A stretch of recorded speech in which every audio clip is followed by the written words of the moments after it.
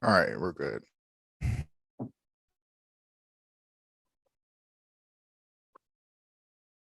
Uh, Channel Orange. I'm your host, LK the God, the Diddy, the Mogul. You know, the host, the unadulterated, the super opinionated host himself. I'm here with my co-host of the show, Puffco Poppy. Tell him what we puffing on today. East Coast Sour Diesel is going to be the rosin of the day, man. Evermore. So we're doing, man. It's the one of the best that they've done, in my opinion. My humble opinion. Well, I know you can't show biases because you work in the industry, but where is Evermore on the hierarchy of dabs and grow houses? Sitting at the top right now. Sitting at the top of the game, man. Okay. Some other people are trying to make some strides. So I see some people trying to compete, but anybody fucking with Evermore on the rosin, concentrates, Okay. cake batters, high end shit. You can't beat them, man. My fridge speaks for itself, man. All Evermore shit. Yeah, he does have a lot of Evermore shit. Um, I got some grassroots here. I got what is that? Yeah, Nature's Heritage around here somewhere. But shouts to Evermore, shouts to Nature's Heritage, shouts to Grassroots, shouts to District Cannabis, shouts to Jova, and shouts to the Super Dab Bros. When you come to Jova, look for either Dab Daddy Don or Puffco Poppy. They'll find you everything you need, just like he's looking for stuff right now. He'll find it for you just like that, just that quick. He'll find it for you. All right, so let's get started. As you know, on this show, me and my boy Jizzle, we always break down the NBA first before we veer off into the fantasy world that we do love.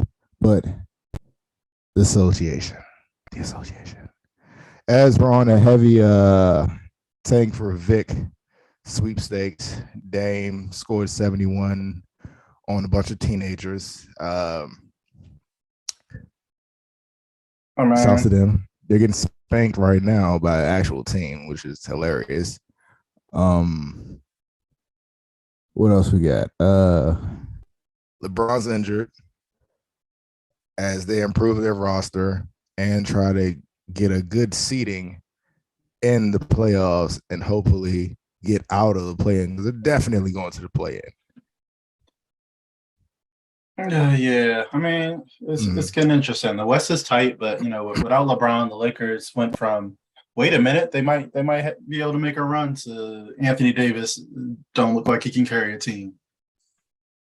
And if he does try to carry it, his legs break underneath the explode, heavy weight. Just complete, just Ghost. You remember that scene in Ghost in the Shell when she's trying to lift the tank or whatever? It's like that, Joe. Like just his limbs will just completely obliterate. But nah, man. I like the Lakers made some good trades. They got off of Westbrook, he's cursed the Clippers lately. Yeah, that's definitely on the rundown. The Clippers. I think I saw a stat that he's lost 18 straight games since being a starter. Yep, they're 0-4. 0-4 ski. Like, I didn't really want. I love Russ as a player and what he brings to the game and brought to the game. But me being a Clippers fan, I didn't understand why we needed him, if we did actually need him, because we just picked up Bones Highland. You still have Terrence Mann, whose progression has been a whole lot more than what we accounted for in the first place, which I did like him as a starter, being the point. And then we have Highland. So do we necessarily need Russ? You did. That was my initial now you're thought. stuck with him. Like I said, did you see that defense that fucking Draymond was playing on him last night? This man wasn't within 50 feet of this man, it looked like. And Russ still wouldn't shoot. And I love the quote that Draymond where it's just like, it wasn't about anything more than getting in his head psychologically. Like in basketball, like Draymond said, you're supposed to take the open shot. If you're open every play, that's going to fuck with your head. And that man is just wide the fuck open. Draymond ain't scared to take that shot. He can't shoot that well, even but backpack he would have launched that shit with the backpack on. You know what I'm saying? Like, so Dora's backpack. He would shoot that shit with Dora's backpack on. And even like I said, I see Isaiah Thomas was tweeting too. Like Russ and OKC will shoot that even if he's 1 for 58. He's fucking. Yeah. He's still launching that jump. So it's clearly a confidence, thing at this point. Because like, hey, bro, I wish I pulled that bitch. Like, I'm open enough to hit that the NBA, bro. Like, there's no one. That's just embarrassing. That's some Ben Simmons ass defense playing on you, where you're just not even a remote threat to shoot the ball. But what else are they? So you can't shoot, bruh. We even do that on the blacktop. If you can't shoot, nigga, I'm gonna let you go ahead. Handle your business. He could shoot better than that, though, man. He at least shooting like 30%, bro. Like, I'm launching, like, bro, that's utterly disrespectful, bro. Live and die. If we got to live with his shooting ability, bet we won. We won the game. And I'm a Russ fan. I'm a Clippers fan, but I didn't really. I think this is just a rental for the year, and we go out and seek like a good. I mean, I'm not gonna say he's not bad. I'm not gonna say he's bad. Seek out a point guard. Even if we looking in that direction, because me honestly, I'm kind of done with Marcus Morris. Getting Morris out there, he costs too much, and he's in the Zubac thing, we can't even have Zubac in the game for the final 2 minutes because he's just getting slid all over the place, and then he's getting switched on, and then Luka's shooting threes in his face. It's a lot of stuff. Me personally, let me dispel the myth right now. As a Clippers fan, CJ, everybody has a certain level of faith in the Clippers. And me, as a Clippers fan, I want to tell everybody, do not have the Clippers. Do not have faith in the Clippers this season. Not this season, no. Yeah, I don't believe in them either. I see some of that team is just like, it's almost like they got too many guys, and then I think the Russ move was just the wrong. That's what I can say. It was just like you needed a point guard, and you got. We have 3 now. But you really got one. Who your other point guards? I mean, you got Bones, I guess. Terrence Mann. They had Terrence Mann at the one. Terrence Mann I saw he was playing point guard for a while. It's not a real point guard though. Like, I mean, they had him playing the one, and that was weird. Which is why I feel like they got a point guard, but like they got Russ. This one. I don't know why, but like, I mean. And then they got Bones. And then, like you said, they have too many players. I really feel like that's the problem. We have too many niggas. Robert Covington can't even get no minutes. You know what I'm saying? It's good. You can't get no burn. Can't get no burn. And I love Robert Covington. And I love what he does, but he just can't get no burn with all these Bamas. I mean, Bamas, that's funny. That's DMV slang, everybody. All right. Anything else in the NBA section? I mean, like I said, we got KD on the Suns, just looking like KD on the Suns, walking 20-piece. Like I mean, the Wizards are still just the most mediocre, fucking embarrassing ass team I've seen in a minute. Just love mediocrity. They're just living. Bradley Beal looks like the 3rd best player on the team. I mean, at this point, maybe they should give teams credit for making the play-in. Nah, man. Wizards fans are Yeah, fucking Tommy Shepard's like, the ultimate goal is to make the playoffs. Like, really? To make the playoffs? I mean, a lot of niggas make the playoffs, bro. That ain't shit that really. Okay, if that's the ultimate goal, so you're not trying to win a ring? 10th, you in a play-in. If you make 10th spot, shit. I just hate their love of mediocrity. They're going to be picking between 10 and 15 in the draft for the rest of existence. Just being mediocre as fuck, just getting annihilated in the first round by actual contending teams. So that's my frustration with the Wizards and their inability to develop young talent. They gave up on Rui. Denny looks like, all right, he's all right, but like, I mean, Kispert's all right. You know, they just got a bunch of all right guys. Like, oh, you got a bunch of a bunch of all right guys. A bunch of all right, just rotation guys. Like, I don't know. They're never bad enough to get a big talent. Or they just fuck up. They could have drafted Tyrese Halliburton. They could have drafted Jalen Williams, who's been cooking for my Thunder. And it's like, Jalen Williams out here fucking dropping 27 and 8 and fucking shot creating out here fucking hooping. They got Johnny Davis can't even get off the bench for the go-go. So the Wizards need to think about player development and drafting. Something that's happening. Yeah. Yeah. Shout outs to KP, former Knick. He's been bounced around a couple times, you know, but he still has a couple flashes in the pad. Not even flashes. The unicorn. Porzingis is having a fantastic season. Like for real, he looks like a top 25 player again. Porzingis he's been fantastic on the defensive end, erasing shots. He's shooting the 3 grade. He's hitting niggas with step backs and all types. Like that's one of the bright spots of the Wizards season. That's why I said the Bradley Beal looks like the third best player because Kuzma and Porzingis have had fantastic seasons. The issue is the rest of the team. Those two niggas is hooping. That's yeah. It depends on how you feel about Marcus Morris and Kispert, and they let go of Will Barton. Took him out the pasture. Will Barton's on a different team now, I think. He's on Toronto. Oh yeah, Toronto. There it is.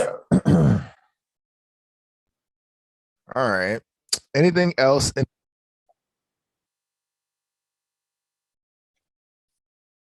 I lost all audio. Hello.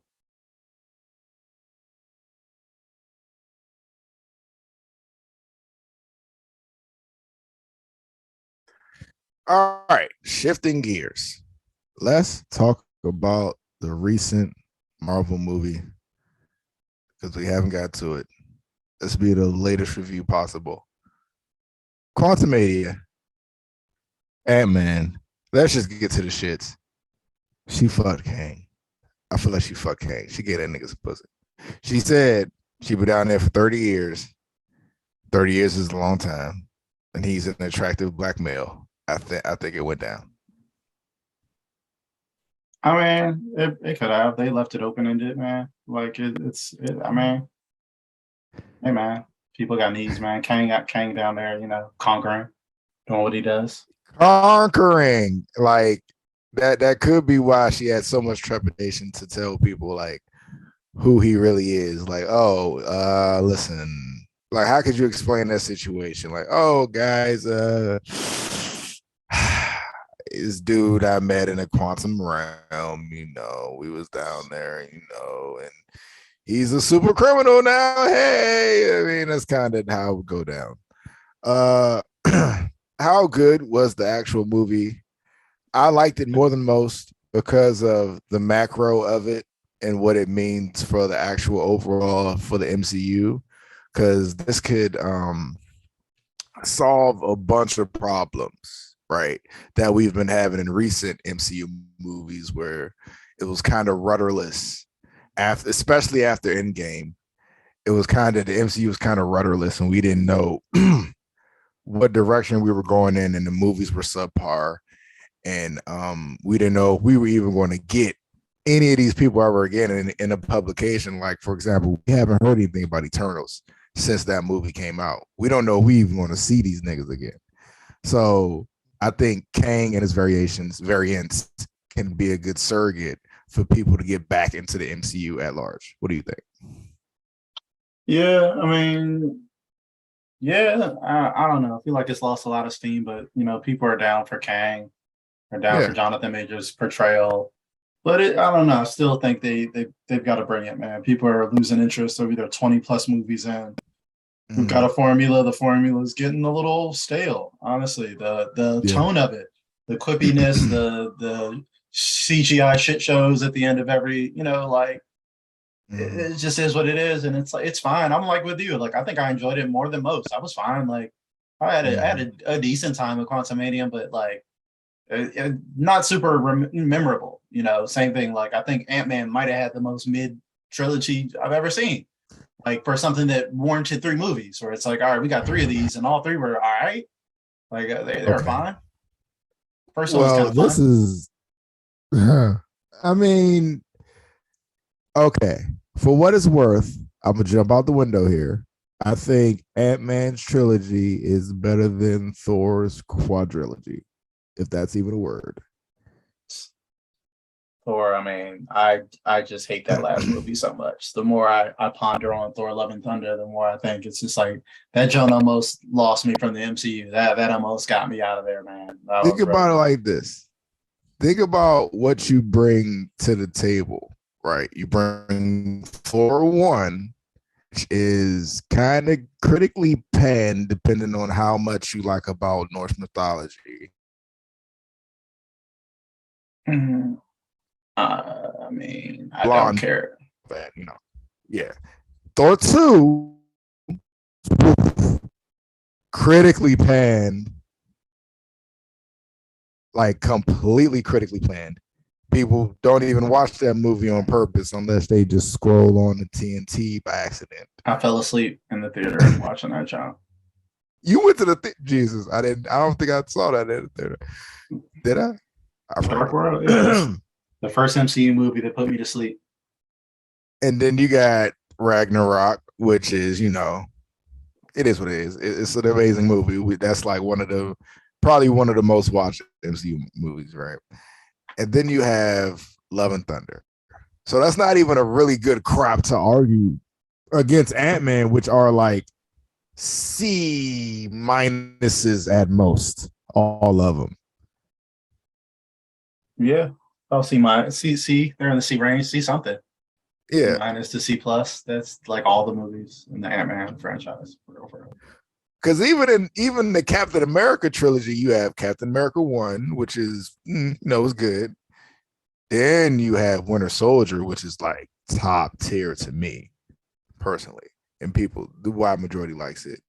And 3, which is Civil War, which is basically it's cheating because it's an Avengers movie, basically. You know what I'm saying? So whatever.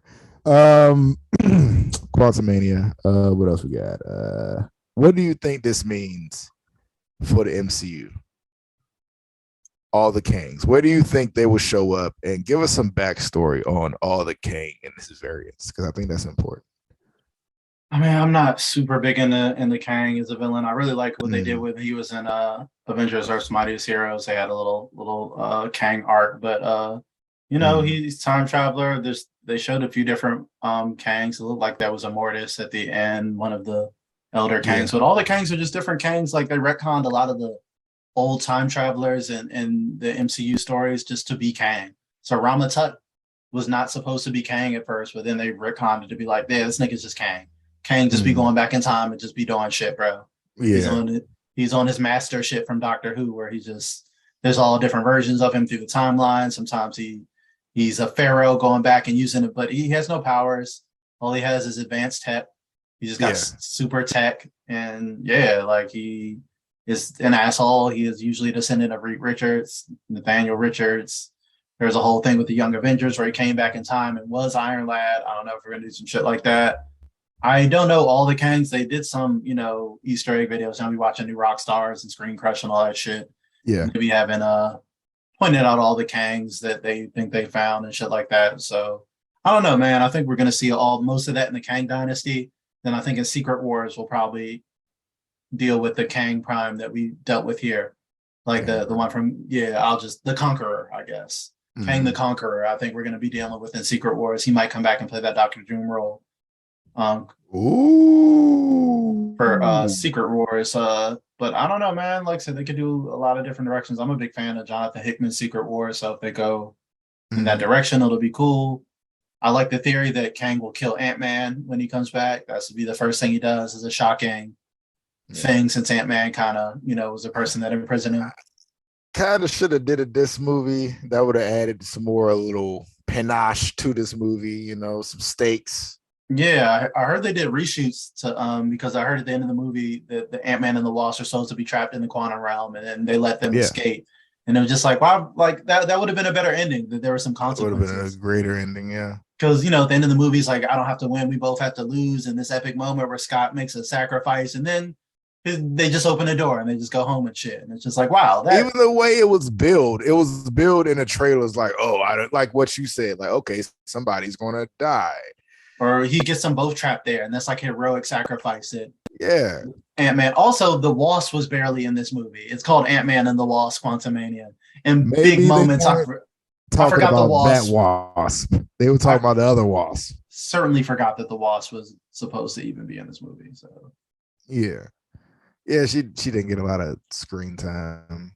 I mean, but I did like the moment when they actually became an ant colony, when they all realized that he was doing it for Cassie, to get back Cassie or whatever. It was like, oh, that's our purpose. We all as a collective want to help you get to your daughter because that's our daughter too. I like that when they formed a little, pyramid and stuff. I like that. Yeah, that was cool. That was a good moment. I wanna address something in the movie. They brought in William Jackson Harper from The Good Place. I mean, a lot of people watch that show. And he's a big name actor. And they kind of made him play in like a throwaway role. So I'm kind of like, why do that? When he could have played somebody we're actually going to, you know what I'm saying? He would have been a good Reed Richards. Like, he would have been amazing Reed Richards, actually, in my opinion. I mean, a lot of these seats have got to get filled. And I think you can't just get rid of talent just like that, just on a throwaway character, for what it's worth. What else is interesting about this movie? Oh, Loki, before we're gonna get in Loki season 2. I think that's interesting. Yeah. Oh yeah, we got the Loki tease. So yeah, that'll be cool. That was probably one of the better Marvel shows. So we'll see. I'm not excited for too much of the shows and stuff coming up, honestly. But like, I'm down for Loki season 2. See what they do with it. The connections where they can really lean into Victor Timely, the Kang stuff. Yeah. Sure, that's going to be big connective tissue to whatever is happening. Going forward with the MCU, man. So we'll see, man. I just want to be wowed by the MCU again. I want to see a movie that's over, a 9 out of 10, a 10 out of 10. I just haven't got that. Oof. I don't even think that's possible anymore. Yeah, it's just all, it's like an obligation, like, oh, another one. Let's see where this is going, kind of, more than like, I'm super excited for this. Yeah, I don't even know if they could make those anymore, man. All right. So, Quantumania, final score for me. I think I said it was 81 flames out of 100 flames. 81. I'm going to go 70. 70? It's a C. It was fine. It was cool. That's a solid C, Yeah. Stuff I like, stuff I didn't like, but, overall entertaining. All right. Shifting gears to another Disney property that just came back yesterday. Mandalorian. It's back. This is the way. Let's just jump on. Okay, so he can't be a Mandalorian again because he took his helmet off? Because he took it off a few times so far. Yeah, because he was a part of Death Watch, and Death Watch, they're different from the rest of the Mandalorians. They're like a death cult. They're a cult of militaristic. They be wilding. So you can't take your helmet off in Death Watch. He did that shit at the end of the Mando season 2 or whatever, with Grogu. And then, a lot of people are confused because they didn't watch the Book of Boba Fett because it wasn't that good. And but it had basically 2 Mandalorian episodes at the end of the Book of Boba Fett. I watched those episodes. Yeah, for no fucking reason. They're the best. The best part of the Book of Boba Fett were the episodes that didn't have a lot of Boba Fett. But so basically, he gets Grogu back from Luke in the Book of Boba Fett. So that's where we catch up with them. And and also in the Book of Boba Fett, he goes back to the armor, like he says, and he gets a side quest to go bathe in the living waters and under the mines of Mandalore to cleanse himself. Which I like that Bo-Katan is also like, you guys are fucking crazy. That's just regular water, right?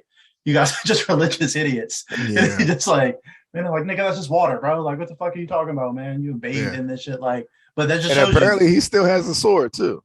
Yeah, he's got the Darksaber. Like, he's been using it. Like, why not, man? She wouldn't take it. And now she's like, yeah, because I didn't have it. They wouldn't follow me. It's like, man, I tried to give it to you, bro. But then they've established that it has to be taken through combat, something that they didn't establish back in the Clone Wars when she got it in the first place.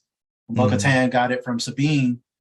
Just, maybe, but then they play that up as that's why they didn't respect her when she had it, because she didn't win it in combat. Somebody just gave it to her. So there's like, you're not real. You didn't really earn it. So it's this weird place where Bo-Katan's being annoying because he didn't want it. They could have just lied and been like, yeah, bro, she beat me in combat and got the saber, bro, here. Because the whole time he was like, I don't want this shit, take it. And she's like, no, I can't take it this way. it has to be. It's like, all right, bro, like just say you did it that way. Just take the fucking saber, dog. It ain't that important to me. So he's got it. It's cool because now we have a Mandalorian with the fucking dark saber, which is awesome. Yeah, the coolest shit ever. They attacked a giant crocodile, or they were getting Yeah. attacked by a giant crocodile. That was random as shit, but I think that was meant to demonstrate that Death Watch, that like, you know, what's left of Death Watch or whatever clan that they have is like they're on the run and there's no place really safe for them. Like they trying to set up in all these places and it's just like, let's set up over here. Oh shit, giant fucking crocodile turtle thing. Oh shit, got to keep it moving. But it's showing you they're still cranking, they're still indoctrinating new younglings. They're finding little niggas and getting them little helmets and just being like, hey nigga, never take this off, man. Okay, so quick question. When is that like, because he has to take it off when his head grows because he's a child. There's a lot of logistics behind that. Well, like, you can't take it off in front of others. You can take your helmet off. You gotta like shit, but you can't remove it in front of anyone else. Okay, cool. Got it. All right. What else we got for Mando? What do you think Grogu's first words are going to be? I don't know. Mando. Yeah. Pedro Pascal. I print money. Yeah. I print money for Disney. Joe, where's Ellie? Head ass. So why do you think he didn't? I mean, he's on a quest to get redeemed as a Mandalorian, so that's why he didn't become the sheriff. You know what I'm saying? Yeah. He's like I said again, he's so still into his old ways and it's like his religion of being in Death Watch, and it's like, he's got to redeem himself as a true Mandalorian.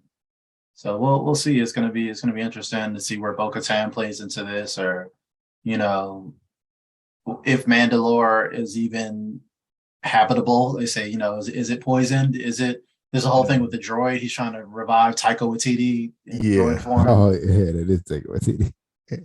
So we'll see what happens if he can get IG-11 back. That'll be, you know, an interesting plot line to follow. He's run afoul of some random ass pirates, so you know that's going to come back later. Oh yeah, that was some good, you know what I'm saying, gun work they had going on there. Yeah, had to get a nice space fight. Show Mando's new ship, his little Naboo cruiser. He's got a little starfighter that he's got.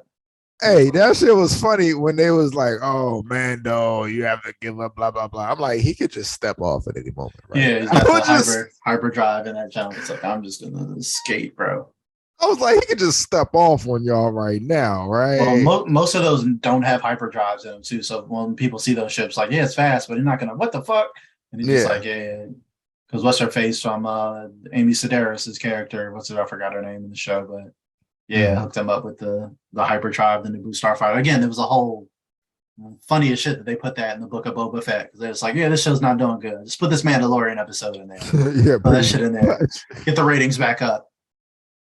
Yeah, Book of Boba Fett was a mess, but overall, I really love what they're doing with Star Wars, man. Dave Filoni verse. You know, we got Bad Batch too, and one of the biggest Easter eggs in the episode that I feel like a lot of people miss who didn't watch Rebels, the fucking space whales. The space whales are a big fucking deal. That's a space whale. It's a Purrgil. And like the Purrgils are from Rebels, and like they're these like whales that can go into hyperspace. But it all ties back to Grand Admiral Thrawn, which, you know, who was mentioned last season by Ahsoka and stuff like that. That's going to tie heavily into the Ahsoka show and into, you know, Grand Admiral Thrawn and Ezra Bridger, who I think they say has been cast now. So we're really going to get a live action sequel to Rebels, which is just, I have no words for how happy that makes me. Even the people who didn't like Rebels, just to get that is going to be amazing, to be able to follow up to see what happened to Ezra and what happened to Thrawn. Because it basically, the spoiler alert for the end of Rebels, but like Thrawn is taken away by Purrgil. Like Ezra uses the Purrgil to take him and Thrawn into hyperdrive them somewhere in the universe. So like Ezra is lost at the end of the show. Thrawn is lost at the end of the show. And that's why Ahsoka during The Mandalorian last season was looking for Grand Admiral Thrawn, because she's looking for Ezra. And, you know, Ezra and Thrawn disappear together. And Thrawn also one of the most dangerous Imperials that there was. Like Thrawn is up there with, like, not up there with powers, but in terms of being as dangerous, up there with like the top people like Tarkin and shit like that. So Thrawn is like a real force to be reckoned with. Really cool villain. And also, like, it ties into Ezra, who's like the Jedi and the main character of the Rebel show. And that's like Ahsoka's mission at the end of Rebels was like, we're going to fucking find Ezra and, figure out, make sure Thrawn is dead. Like, and that's where we're going to go. So seeing the Purrgil for the first time in live action is like, holy shit, we're going to do it. We're going to get to Thrawn. And I think Thrawn might end up being the big bad of this Star Wars, TV universe, since there's no Vader at this point. Maybe Thrawn was help get the First Order together or something. It's going to be Thrawn because they didn't name drop him in that Ahsoka episode for no fucking reason. Okay. And now that we've seen the Purrgil, it's definitely going in that direction. Like that, the Purrgil never mentioned outside of Rebels. No one has ever mentioned those fucking space whales. So it's called a Purrgil. Yeah, Purrgil, one of those. But yeah, from Rebels. People who watch Star Wars Rebels will know what's up. All right. Mando is back, everybody. We will be breaking it down because that is a wonderful show.